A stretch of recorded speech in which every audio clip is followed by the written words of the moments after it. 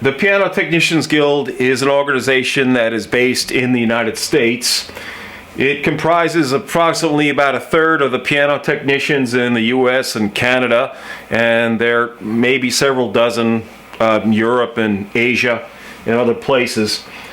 I was a member of this organization from 1991 to 2011. And this is me, but they butchered the spelling of my name a little bit, but that's all right. But I quit paying my dues, and I still get the magazine because my friend who is a member lets me read it when he's done. So I'm on the Piano Technicians Guild homepage, and scroll down here. You find a registered piano technician. This has always been being promoted to the public that you need to have a registered piano technician. And here I blew this up here.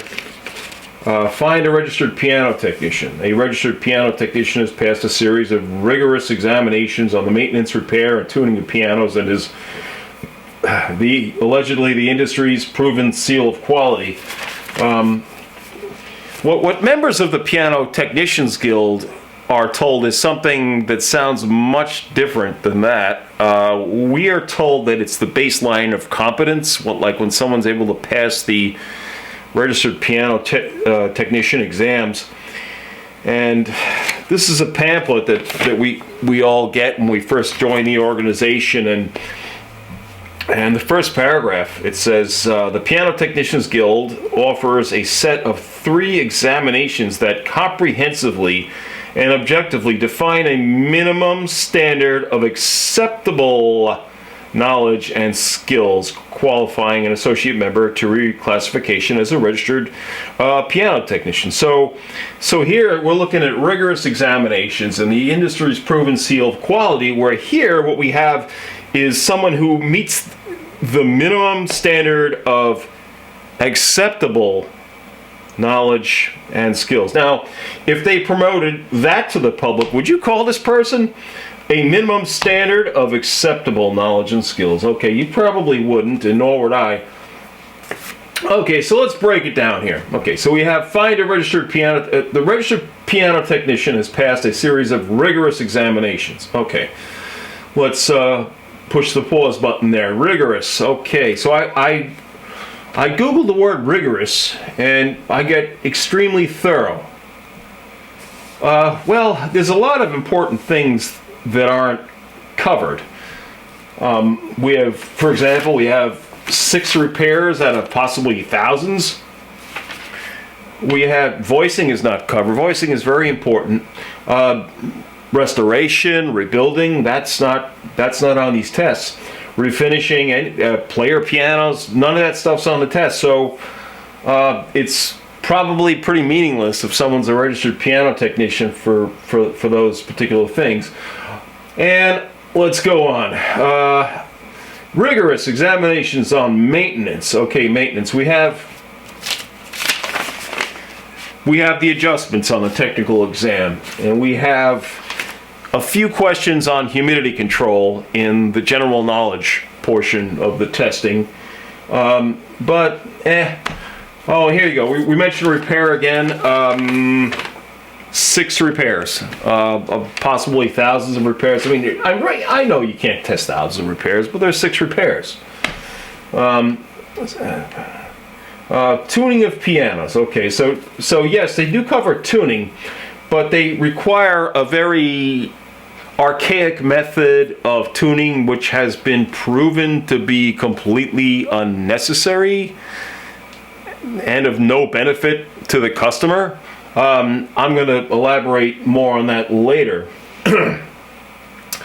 Of pianos, and is the industry's proven seal of quality. Okay, the industry. What industry is it? Is that the music industry, the piano technician industry, the piano industry? I haven't seen any evidence that a seal of quality was bestowed upon the registered piano technician by some authoritative body and that anything's really been proven. Now, maybe the Piano Technicians Guild logo is what they're referring to. I don't know. I'm confused, quite frankly. I'm guessing it's the Piano Technicians Guild logo, and I'm guessing that they bestowed this seal of quality upon certain members of the group, and are vouching for it, that it's proven. I mean, it's not Underwriters Laboratories, let's put it that way. So let's get right into the testing. Okay, so the first test the RPT takes is one of general knowledge. It's true, false, and multiple choice questions. There are 100 of them. And I found this test to be especially easy because I already knew at least 80% of the answers. And I found that by guessing, I had a 50-50 chance of getting the remainder right. So that would amount to a score over 90%. The guesses really padded my... think about it. I mean, true and false, that's 50-50 just guess. Multiple choice, you can narrow it down. Usually there's like two answers that you say definitely not, and you're torn between two and you guess. So there's 50% right there. So yeah, that one's not very rigorous, I would say. So then I took the technical examination more than 21 years ago. And I scored 92% on it. And I think I've gotten better. I probably get a 95, 90, I don't know, 90, 96, something like that on it now. I think I've definitely gotten better. That covers the adjustments on the grand, the adjustments on the upright piano, and like I said before, 6 repairs. And that wasn't too rigorous. I did, I got through that pretty easily. But then we came to the tuning examination, which is the most controversial of the bunch. The PTG has gotten a lot of criticism, and a lot of members have quit over this requirement. Now again, remember, we're talking about basic competence. We're demonstrating basic competence, but there's a requirement that archaic methods be used on at least 2 octaves in the middle of the piano, called the temperament. And the analog pitch source, like the metal fork, is required. And these are not always accurate. And a few people have perfect pitch. What you wind up having to do is you're playing fourths and fifths and thirds and sixths and other intervals, octaves. And on many of you're counting and comparing beat speeds. Now, the argument that has been made for why we need to do this is that someone who tunes electronically has to be able to show that they can also hear what they're doing, and I could understand that. But this is not much to do about hearing. This is primarily beat speed counting and comparing, which was proven to be completely unnecessary. And if you don't know what a beat speed is, it's it can roll. You can have like wow, or you could have like Curly on the Three Stooges. You could have like or Dino and the Flintstones. Or you could have like something like a turkey, like you're counting and comparing. Like when they're slower, you can count them. When they're faster, you compare them. And this is just now technology. I knew that technology was going to overtake this whole way of tuning. And I was right, and this was proven back in 1996 that these oral temperaments are completely unnecessary. Now this is 1996. That's 26 years ago. That's a long time ago.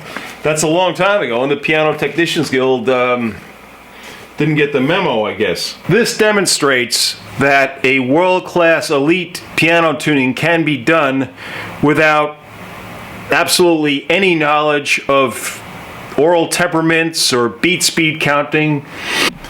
So I'm going to use the official publication of the Piano Technicians Guild to disprove the notion that aural temperaments are a requirement in order to be considered competent.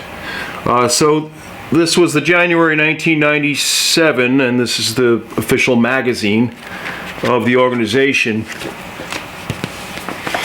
These two legendary concert technicians challenge each other to a friendly tune-off, and one tuned, as you can see here, with a laptop, and the other one tuned exclusively by ear. And there were two identical pianos, and there were two sessions, and there were 600 total votes cast. These would be piano technicians, piano teachers, other musicologists. And it was double blind, so nobody knew which piano tuner had tuned which one.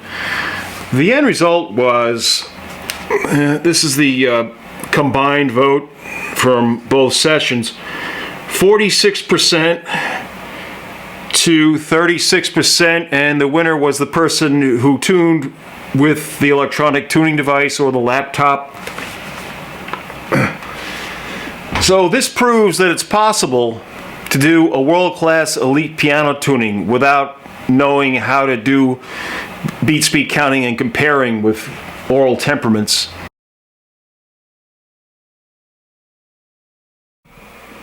The reason given by the Piano Technicians Guild for this requirement of the aural ear beat speed counting comparing is that the examinee has to demonstrate that they can hear, that they're not just tuning blind, and if they make a mistake or their electronic device makes a mistake, that they're not going to catch it. But my argument is beat speed counting and comparing is not at all the same as hearing pitch. Hearing pitch is something completely different. I can play octaves, double octaves, arpeggios and various chords, and I can hear if they sound right. Now, the vast majority of piano technicians are musicians, and I'm no exception. I started out playing the trumpet in the 4th grade, and I advanced to a high level, and just pushing down the right buttons here is not guaranteeing that a note's in tune.